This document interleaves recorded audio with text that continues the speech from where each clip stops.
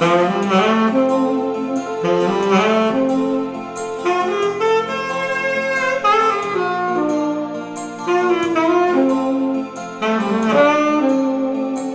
I'm Sabi Patrick. And I'm Bosco.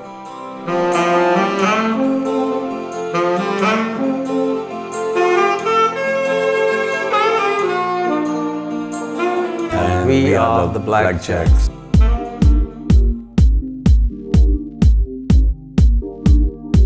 From the cosmopolitan and multicultural city of Toronto to the metropolis of Karachi, the Blackjacks have traveled over 7,000 miles to perform live after 20 years in their home city. What I love about being back home is the weather, meeting my family, my friends, seeing the city the way it is right now. The sunlight. Let's not talk about the sunlight. I just hope it doesn't get any cold. But this is home. This is where I was born and raised. And each morning I wake up and I get that same fragrance of what it was when I was growing up here. It feels so good. The same year, so excited. I've never been so excited in my life. So coming back, it's going to be a great experience, seeing the places where we performed, and also seeing other joints and other places where all the other bands performed. So I'm so happy to go there.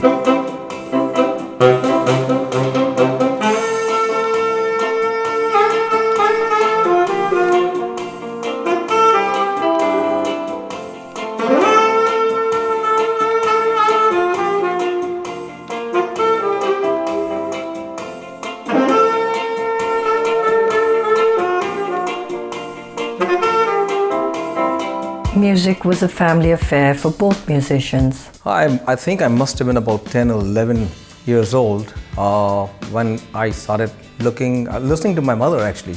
She used to sing and she could sing. So I come from the family where my uncle, Anthony Lucas, was a drummer. I didn't see him play because I was way too small.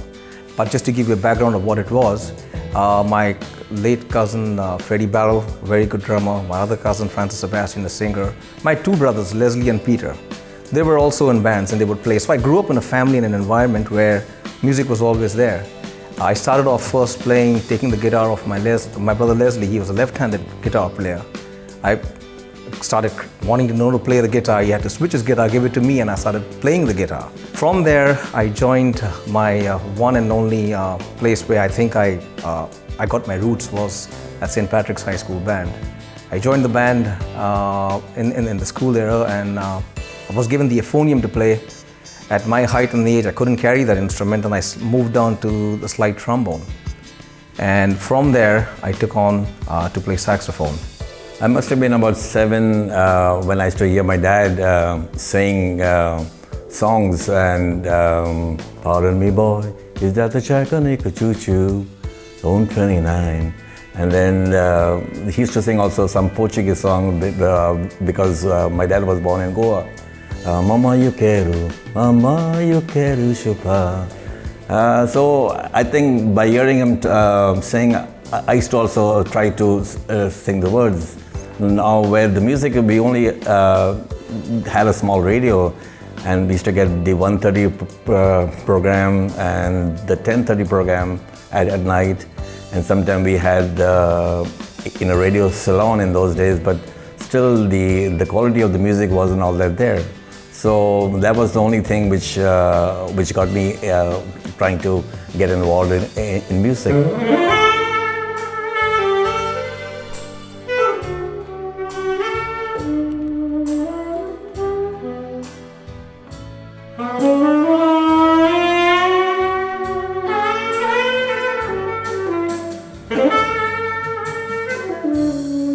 From the christening of the Blackjacks to their historical journey.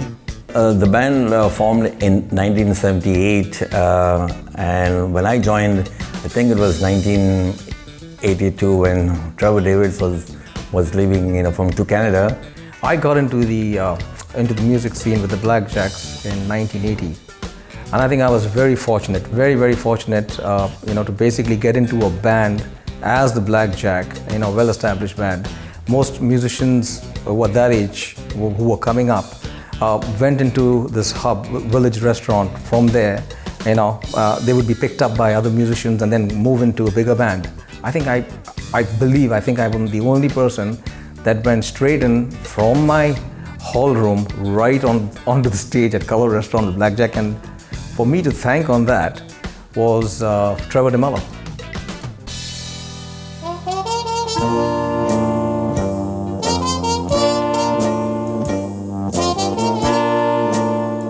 Now, of course, it was much before the time that I got into the band, but from what I hear is it was the Three Aces, and they had these guys who were painting the discotheque, and they had the paintings of the Ace of Hearts, the club, the diamonds, and it was Zakir, who was I believe one of the members of the band, that just sat down and said, why don't we just call this band what they had, the Blackjacks. And from Kabul restaurant, we got a gig to play at the Hotel Plaza.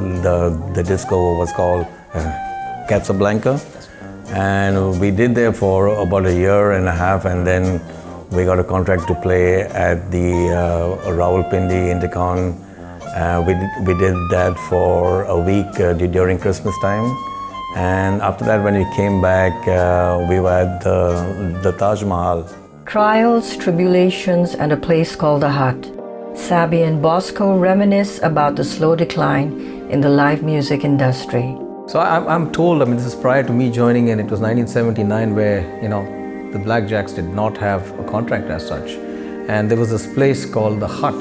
Yeah, it was next to Regal. It was next to Regal, It was a small place. Yeah, and most musicians would basically go because there was no place for anyone to practice anyway. So it was like, the Hut was like the basement or a garage band where people could actually go there and practice, and then they were picked on from there. I know up in the 80s we were at the Kabul and it was going smooth. Then we lost our contract because it was a fear of banning music, and music was, you could literally feel that we were losing our deal because it was affecting it. And the time came. Eventually, they basically told us that we don't need y'all anymore. So it's not that we didn't have a crowd. We were getting a crowd. There were people coming into the discotheque. But I think it was that phase where you could sense that music was basically becoming history for Karachi. For live bands. For live bands, yeah. Basically for live bands, yeah. If the band is good, live music can be a memorable experience. And without doubt, the Blackjacks were popular and loved by many. The only unique thing about the Blackjack, which no other band had, was the introduction of the slide trombone. Like, to give an example, when we played Funky Town, the best part was ta-da-ta-da-ta-da. Apart from that as well, it was the way Glenn Boyle actually brought the change into the band by asking us to come dressed in suit and tie. Those days, I don't think there were very many bands that would come up for a wedding dressed up. Musicians would come up in jeans, runners, just musicians being musicians, right? From exploring their own sound and finding their own individuality as a band, the musicians relate how they entertain the crowd. We changed songs by bringing in nursery rhymes into our repertoire of what we did. No one ever thought of doing that. We would start singing Baba Black Sheep. We would start singing When You're Happy and You Know It, Clap Your Hands. And in that, we would then go on, when you would say, if you're happy and you know it, say hooray. We would take the bridal couple's name and get everyone involved in that. And I think that's where people basically had more fun. The musicians that played a vital role in supporting their career with the Blackjacks. For me, the guy who actually, made me basically stay and, give me that vision of being, what I am was Glenn Boyle. I remember when I came in with a slide trombone, the feel was that, slide trombone is only an instrument which can give attacking parts. It wasn't a solo instrument, and rightfully it wasn't. You needed a couple of more horn players to basically play, to give you that sound of what you need. The type of music that we played back then wasn't actually tailored to having 4 or 5 horn players. So I was asked basically to bring a saxophone, right? And there were some senior musicians at that point in time said, if he doesn't, we don't need him. But Glenn Boyle was the guy. He says, you know what? Good musicians don't make a band. It's good guys that make a band. Same here. Without Glenn Boyle making sure that I got into the band, knowing they were a better musician than me. Without him, I don't think I would be where I am, right now. Noted for supporting many charities, Sabi and Bosco encourage the importance of building better communities and share how they do it through their music. The name which comes to mind is Darul Sukoon. We were known for basically playing for charity events. I think that was one of the reasons also why we were so popular. Besides Darul Sukoon, there were, anybody came up and approached us and said, we want to raise funds, so let's have a concert. We would basically be there, even lend out our instruments, for the event, and we would raise. And we continue, even today in Canada, in Toronto where we are, we continue playing for the homeless. The seniors. The seniors, we travel to New York, we do events out there. It's fun for the church. To raise fund for the church, and all over. We continue doing that. If the band is good, live music can be a memorable experience. And without doubt, the Blackjacks were popular and loved by many. We were a people's band, right, Bosco? Yeah. It was the people, the crowd that knew us. I wouldn't say fans as such. I would say basically these were friends, people that we knew who became our friends eventually. Even today they follow us. Like in Toronto in itself, we meet people who call us and say, hey, you know what, we've heard of you. We've never met you, but we know who you are. And when we tell them, how do you know us? Because you played for our parents' wedding 25 years ago. And and besides, apart from all that, having the backbone of Roland Trinidad, may his soul rest in peace, Francis Sebastian, phenomenal voice, right? And Glenn Boyle, of course, giving us that harmony. With his harmony, Rodney Judd, giving us that backup of vocals, harmony, getting the songs together, combination together, and then again, right, cracking up with stupid things on stage which no one would ever expect. We would just do it. I think we were funny. We were funny and people like that, right?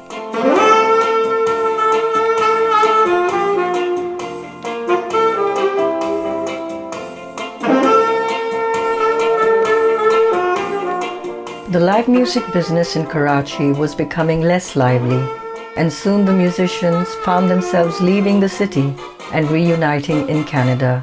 So Glenn Boyle had already arrived in Canada, and then Roland Trinidad, and then I followed, and then Alan Dias followed. But once when Sabi Patrick came, we decided to round up the guys and hoping to perform again.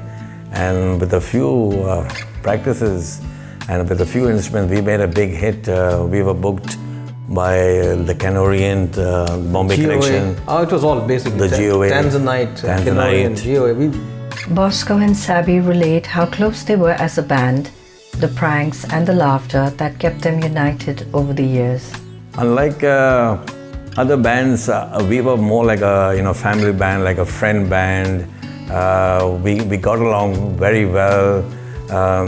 There were times when Sabi had left for Dubai and Francis left for somewhere, and even I left for Muscat. But when I came back and when the rest came back, we were so happy to have the same guys, back again, and it was fun. We used to joke around. पैसे कितने? पैसे? नहीं पैसा नहीं चाहिए. फिर? Canadian Tire master card है. अबे तुम लोग इतने एडवांस हो गए हो, मास्टर कार्ड मांग रहे हो? हो गया. वो है 500 रुपए. जल्दी दे दो, पैसा दे दो. तेरे जूतों के साथ. क्यों? 500 रुपए बहुत है. पकड़ो ये जूता. ये. ओए कबीर का बच्चा. बहुत कबीर कहाँ जाना है? सब आओ. कितने पैसे देगा? अच्छा छोड़ो. हमारे को जाना है मेरान होटल. आप भी मेरान होटल क्यों जाना है? हम लोग आपको गाना सुनना है? हाँ गाना सुनाओ ना. 1 2 3 लड़शप्पे खवड़ द कमिस्तूर मादरावड़ा ताजा यो गुल न ड्रेस लूर मादरावड़ा तुझको कसम है मेरी न आना हाथ खाली आंखों में बसने वाली मेरे चमन के माली रोशे. Their musical influence on their respective children. So I started showing my son Donald a few chords on the guitar, and he started playing by himself. Watching YouTube, going on the internet, and started playing guitar. Now he plays bass, he plays the banjo, and it's an exceptionally gifted musician now. Yeah, well, my son started, watching me play the saxophone when we would play for shows. And all of a sudden, one day comes up and says, "Dad, I want to play the sax." And I said, "Okay, fine." And I started teaching him at the age of 11. So he picked up the alto sax, went on playing, and then he was, taken in the school, went up performing in front of his teachers. He plays alto sax, and all of a sudden, next time he comes up and says, "I want to play guitar." Now he's a left-handed player, and I said, "You're not touching the guitar. You play the sax because I want you to play the sax." My youngest fellow, Jaden, 12, is now into piano. He's got he's scored in his 80%. Never lets me hear what he plays because he says, "Dad, I don't want you next to me because you'll embarrass me."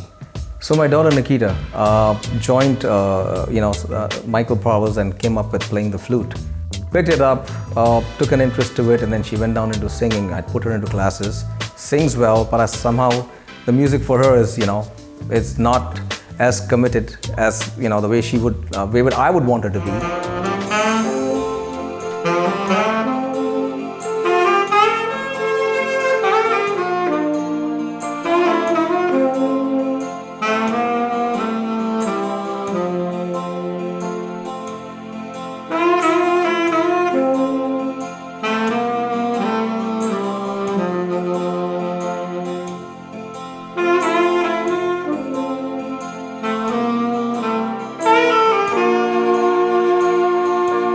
The musicians pay tribute to their mentors that guided and supported their musical career.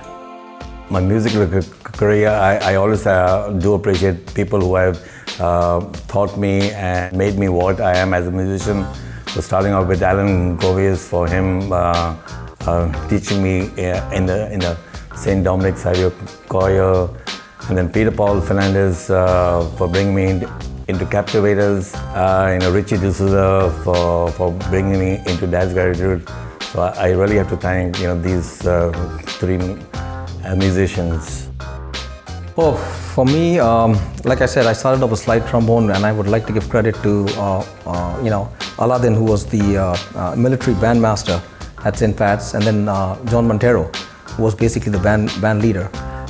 Coming down from trombone into saxophone, I used to always be inspired by Uncle Alec Rodriguez, who's basically my mentor, and of course Don Gonsalves. These were the two guys basically who I followed when music was concerned, and every time I would get an opportunity to watch them, I would just be glued to just see these two guys play. Sabi relates the importance of LMK and why it has become a hub for musicians and music lovers. LMK, what can I say about LMK? For us, it's something that I never dreamed or imagined of even being recognized, right? To that part, it's not that we're looking for recognition. We've got senior musicians before our time that we never knew of who they were and what they were. Thanks to LMK, our brainstorm Lynn for getting this done, and thanks to Ali Tim and Shadows, oh my God. Shadow Productions. Shadow Production for doing this. We did our part of who we are and we left it there. But Lynn, Shadows Production, right, Ali, have brought it to that level where now not just we know it, our kids know it, but around the globe where everyone, gets onto that site, they will know who they are. We now even find people who were lost and forgotten. People didn't know who they were, and now they're coming out of the woodwork saying, "Hey, that was my granddad that played, in that era. That was, my cousin, that was my uncle." And we are still trying to get information. So if anybody knows of any musicians back in those days, please do let us know. Contact us on LMK. We're on Facebook.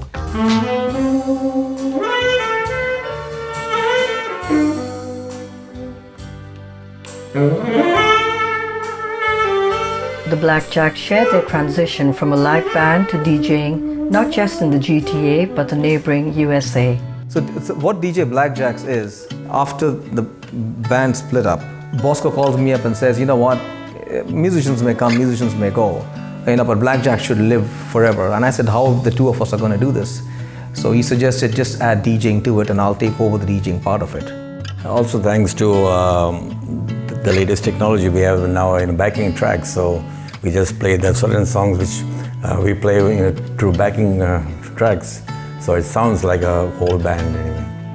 With decades of musical experience behind them, the musicians share a message for aspiring learners. To the younger musicians, I'd say, follow your dream. If you just think that you can do it, believe you me, you can do it. Don't run away from it. Young musicians, especially, I would say to them, get exposed to the latest technology, so that you can see what's happening. Kids in those days never had all these tools to play music or to hear music. So all I can say, if you want to do something, just try, okay?